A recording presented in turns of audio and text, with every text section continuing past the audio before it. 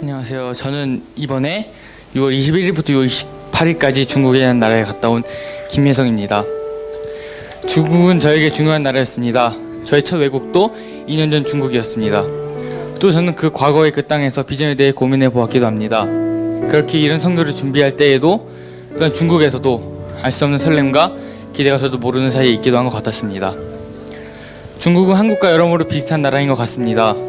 사람과 생김새는 물론이고 건축물의 양식과 기후, 특히 문화적인 모습에서 한국의 것들과 비슷한 것들이 많았습니다. 그럼에도 우리가 그 땅에 익숙치 않았던 것은 단 하나, 통제 때문이라고 생각했습니다. 중국은 예로부터 공산주의 이념이 가득했던 나라입니다. 그 결과 지금 중국에는 통제가 당연합니다.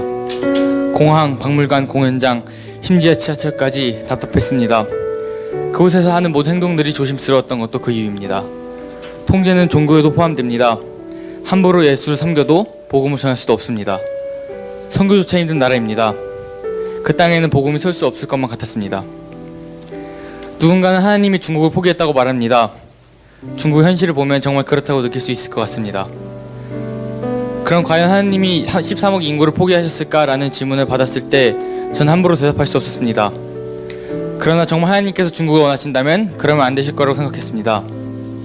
그 생각은 제가 중국을 준비할 때에도 저에게 큰 고민이 되었습니다. 그러나 저는 그 땅을 밟으면서 그 질문에 답을 찾았습니다. 정말 하나님은 놀라우셨습니다. 답이 없을 것 같던 나라의 예수가 불법인 나라를 하나님은 단 하루도 쉬지 않고 원하고 계셨습니다. 계속해서 여러 선교사들을 보내셨고 진리를 세우셨고 그리고 1억의 크리스천들을 자신의 손으로 만드셨습니다. 저는 이 사실을 깨달았을 때 그저 감탄했습니다.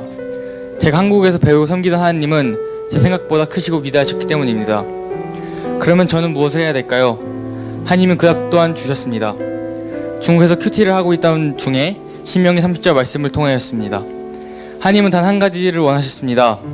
신명기 30절 2절에 내가 오늘날 내게 명한 것을 온전히 따라서 마음을 다하고 성품을 다하여 여호와의 말씀을 순종하면 오직 순종하는 것이었습니다.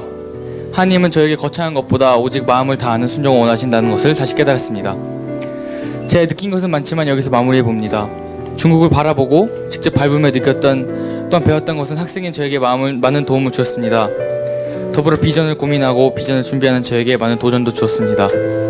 중국을 특히 중국의 언어에 대해 더 배워야겠다고 느꼈고 통일과 중국의 역할에 대해서도 많은 질문을 주었습니다. 또한 한 가지 확실한 것은 하나님은 중국을 사랑하시고 중국에 역사한다는 사실입니다. 한국이라는 좁은 나라에 갇혀 크고 위대한 하나님을 한국 땅 안에 하나님으로 오해하고 있다는 느낌도 받았습니다. 결과론적으로 말하고 싶은 것은 중국이 중요한 나라라는 것입니다. 그렇기에 그들을 위해 공부하고 그들을 위해 기도해야겠습니다. 마지막으로 여러분에게도 부탁드립니다. 중국과 그 땅에 계신 선교사님들을 위해 기도해 주세요. 감사합니다.